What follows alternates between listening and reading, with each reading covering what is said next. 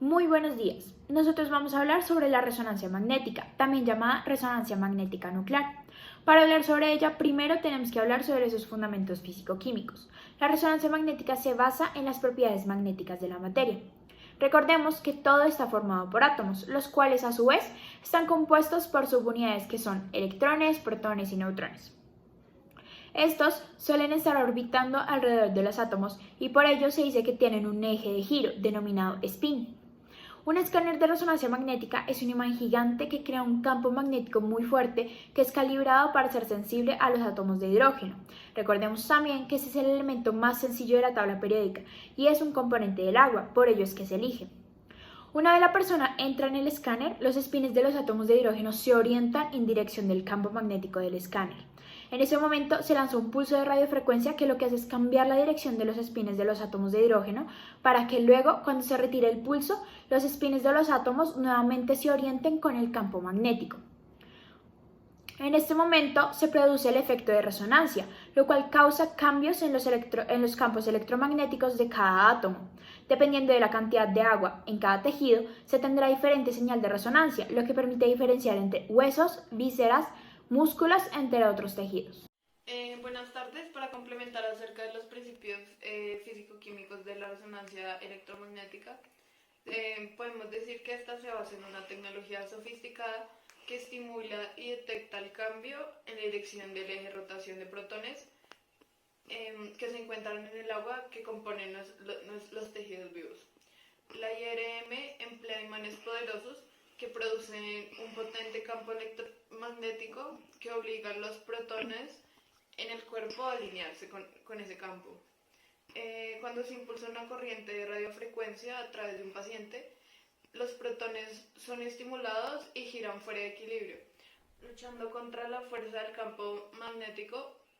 Cuando se apaga el campo de radiofrecuencia, los sensores de IRM son capaces de detectar la energía liberada, mientras los protones se realinean con el campo magnético.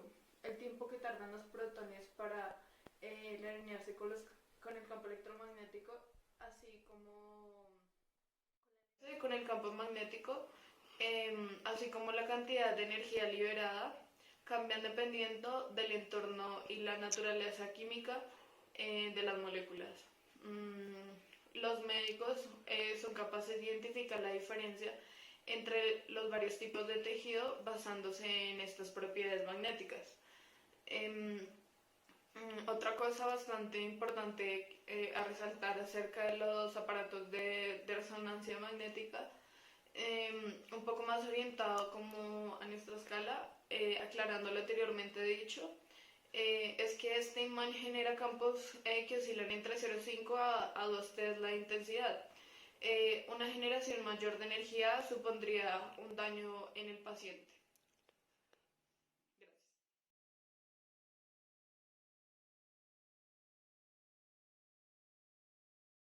Sobre la aplicación clínica de la resonancia magnética. Las nuevas técnicas que constituyen hoy en día lo que conocemos como resonancia magnética han permitido el estudio a través de la neuroimagen de algunos aspectos de la función tisular cerebral, como lo son la difusión de las moléculas de agua, la hemodinamia de la microvasculatura capilar y también en estudios más recientes los cambios en la oxigenación sanguínea que permiten el mapeo regional de distintas funciones cognitivas como lo son las habilidades o destrezas motoras, la visión, el lenguaje. Entonces decimos que en la imagen por resonancia magnética se tienen varias técnicas que son las que se llevan a cabo en la aplicación clínica y que estudian la función cerebral, como lo son la difusión, la perfusión, la espectroscopía y la secuencia de Wolf.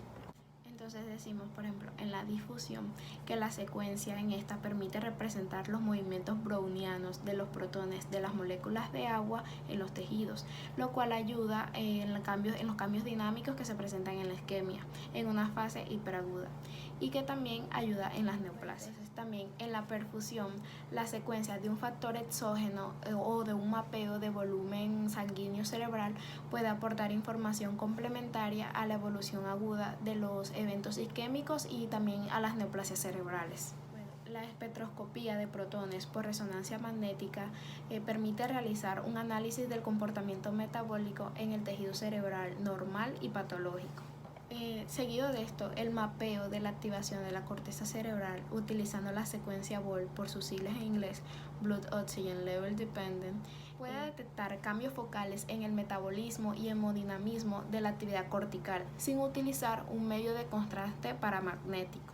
Entonces, llegamos a la conclusión de que la resonancia magnética es una herramienta diagnóstica muy importante porque permite, a través de sus secuencias, como ya los nombré, la difusión, la perfusión, la espectroscopía y la secuencia de BOL, pueden ayudar a conocer cambios fisiológicos y hemodinámicos que se presenten a nivel cerebral normal o patológico. Sabemos que las resonancias magnéticas suelen durar entre 30 y 45 minutos. La persona debe estar recostada en una camilla móvil mientras el técnico o el profesional lo coloca en la posición correcta. Es posible que se llegue a colocar un dispositivo plástico especial alrededor de la cabeza. La camilla se deslizará hacia el interior del túnel y el técnico tomará las imágenes de la cabeza. Cada registro lleva unos cuantos minutos. A medida que se realiza el examen, la persona puede escuchar sonidos repetitivos provenientes de la máquina. Esto es absolutamente normal y es probable que se le llegue a entregar auriculares para escuchar música o tapones para los oídos a fin de bloquear el sonido.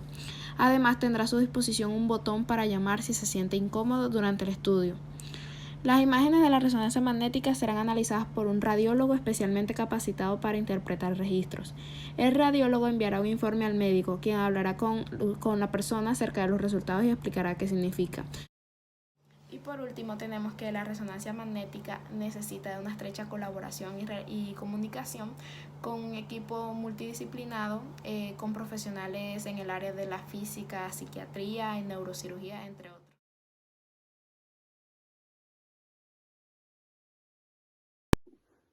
Hola, a mi grupo le correspondió hablar sobre la resonancia magnética y a mí específicamente me correspondió hablar sobre la sensibilidad y la especificidad de esta. Pero primero les voy a decir qué es. Son imágenes grandes que ordenan las cargas magnéticas del cuerpo. Como todos sabemos, el cuerpo está compuesto principalmente por agua, lo que hace que estas manden unos impulsos de repetición y de fuerza y así dar el resultado que nos brindan estas grandiosas máquinas. Pero bueno, entonces, ¿qué es sensibilidad? La sensibilidad nos indica la estimación de los casos positivos, o sea, detectar la enfermedad de las personas que efectivamente están enfermas. Pero por el contrario, la especificidad nos indica la estimación de casos negativos, o sea, los que creen que están enfermos pero en realidad están sanos. Entonces esto se podría decir que es la estimación de casos negativos en la ausencia de pacientes sanos. Dentro de esta explicación cabe resaltar que no todas las estructuras que se vayan a analizar con esta ayuda diagnóstica pueden tener como un resultado, ya que tiene mayor sensibilidad y especificidad para diagnosticar enfermedades de los meniscos, ligamentos, comparado con el TAC, que es especialmente la ayuda diagnóstica para mirar el hueso. Mi nombre es Daniel Arias y yo vengo a exponer acerca de la importancia de la resonancia magnética. Soy del grupo 2A. Primero necesitamos saber qué significa esta resonancia, y es que es un examen imagenológico que utiliza imanes y ondas de radio muy potentes para crear imágenes del cuerpo.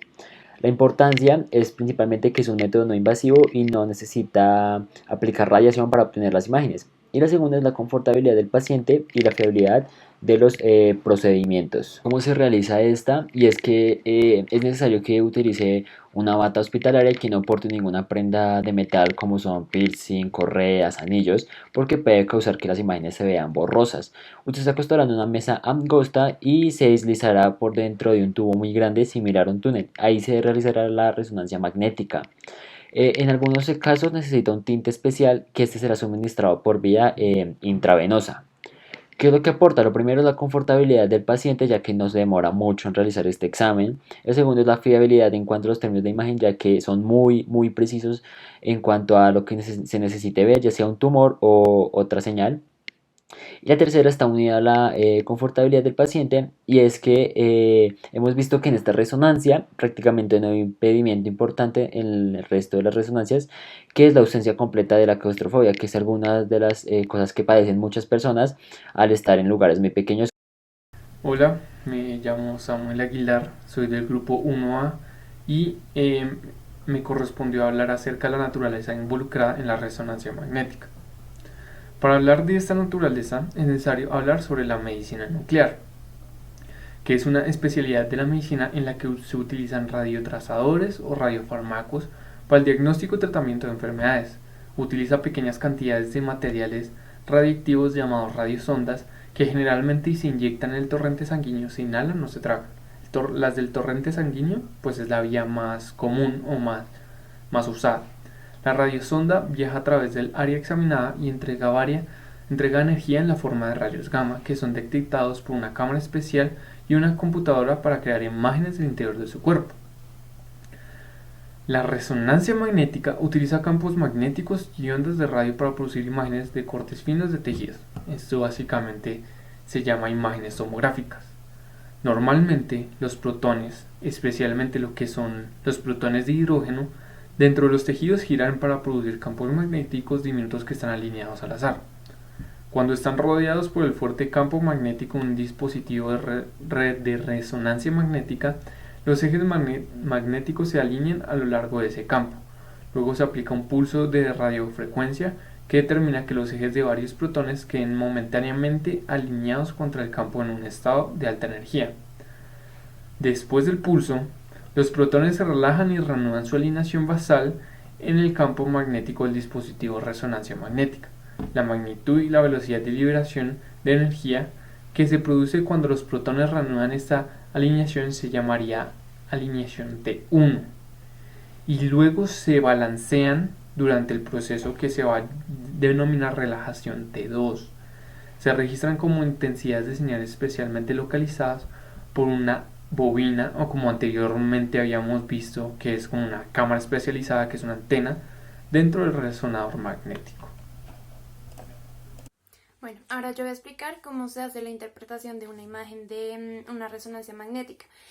Yo voy a explicar la primera parte y la segunda la va a explicar mi compañero Jaime. En la primera parte se ve en tres categorías, que la primera es identificar la región que se va a estudiar. En este caso se tiene que hacer una revisión de los antecedentes y de los datos clínicos del paciente como de la prescripción médica. Esto para evitar pues errores de la zona donde se va a examinar y asimismo poder focalizar toda la atención del examen en la zona pues donde se sospecha que hay alguna patología o alguna anomalía. La segunda parte es identificar el plano de corte. En este caso pues yo traje acá unos ejemplos, estos tres son del cerebro y los tres planos pues son el sagital, que es la diferenciación entre el lado izquierdo y el derecho, en este caso pues del cerebro. El segundo es el coronal o es el mismo frontal, que es la separación de la parte anterior y de la parte posterior del cerebro. Y el axial, que es el mismo transversal, que es la parte superior separada de la parte inferior. Bueno, la tercera parte es reconocer la secuencia de pulsos y la potencia. Para la interpretación de estas imágenes se tiene en cuenta que la resonancia nuclear magnética evalúa la escala de grises, según pues la intensidad de la señal. Esa señal es emitida por los tejidos de acuerdo a las ondas de radiofrecuencia. Bueno, la intensidad de señal se divide en tres: en hipertenso, que se percibe como una coloración blanca o pues un color gris claro. El hipointenso es pues lo contrario, que se percibe una coloración oscura, y el isointenso una coloración gris. Yo acá tengo pues dos imágenes de secuencias, esta es la T1 y esta es la T2. En la T1 esta se usa más que todo porque proporciona información anatómica mucho más completa. Esta parte blanca que ustedes ven acá, eso es pues la parte llena pues rica en lípidos, es decir que es grasa, que se percibe con mayor intensidad de color blanco, es decir que sobresale más allá de esta zona que es gris, es decir que es hiperintensa. El líquido cefalorraquídeo presenta más baja intensidad, que es este color oscuro, es decir que es hipointenso. Y en el T2, que es esta imagen de acá abajo, esa se usa más que todo porque brinda información para detectar lesiones patológicas. En este caso, entre esta y esta, en la T2 se invierten los roles. Esto quiere decir que en la grasa, es decir, esta parte blanca es mucho más delgada, quiere decir que no se ve, es en baja señal, o sea que es hipointensa.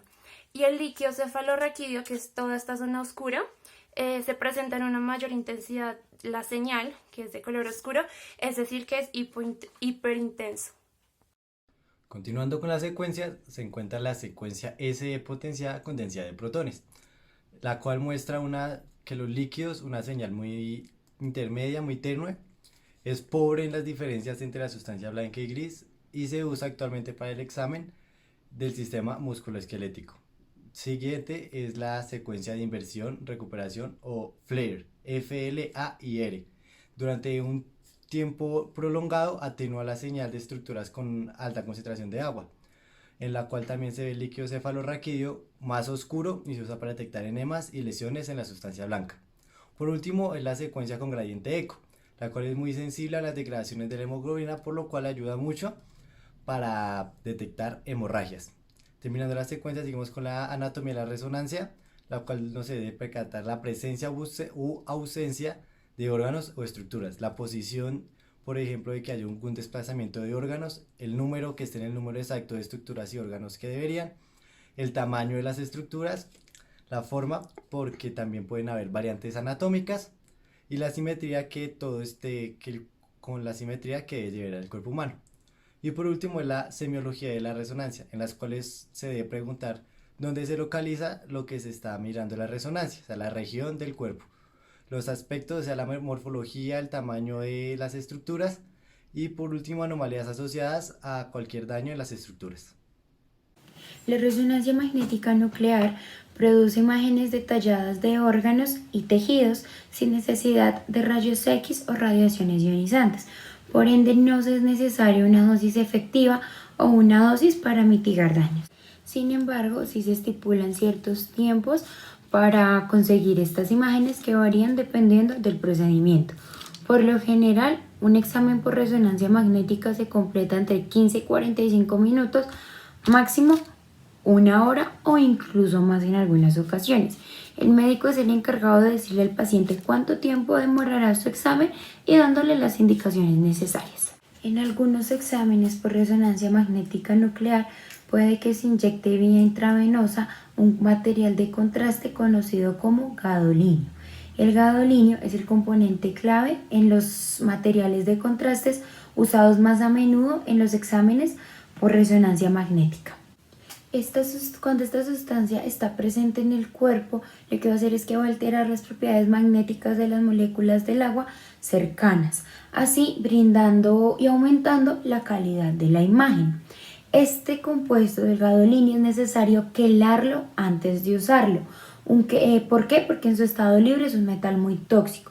Un quelante es un compuesto químico que se va a unir con firmeza a los iones metálicos.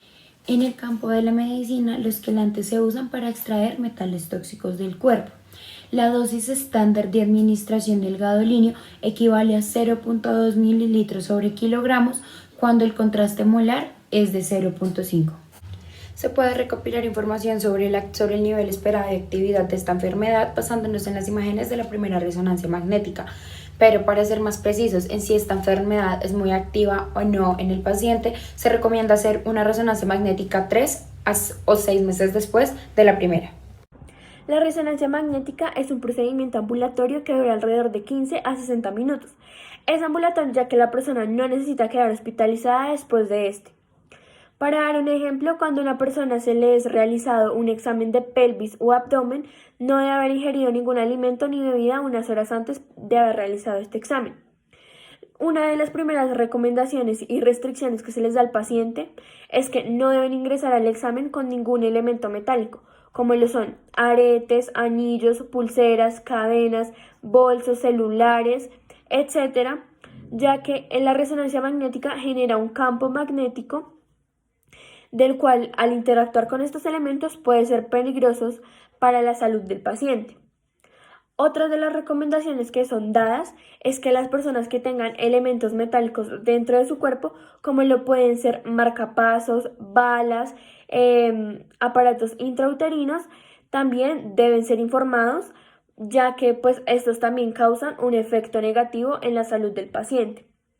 Las personas que sean claustrofóbicas o ansiosas también deben ser avisadas a la persona encargada de realizar este examen, ya que a estas personas se les da o se les proporciona un medicamento calmante o un sedante para poder realizar este examen correctamente. Además de esto, a las mujeres que están embarazadas se les recomienda no realizar este examen en su primer trimestre de embarazo. No se ha demostrado que tenga algún daño hacia el feto, pero es preferible prevenir cualquier daño colateral que pueda tener en su bebé. Además de esto, las mujeres que también están amamantando se les recomienda avisar, ya que a estas personas se les inyecta cierto medicamento y dura 24 horas dentro de su cuerpo y puede ser peligroso para su bebé.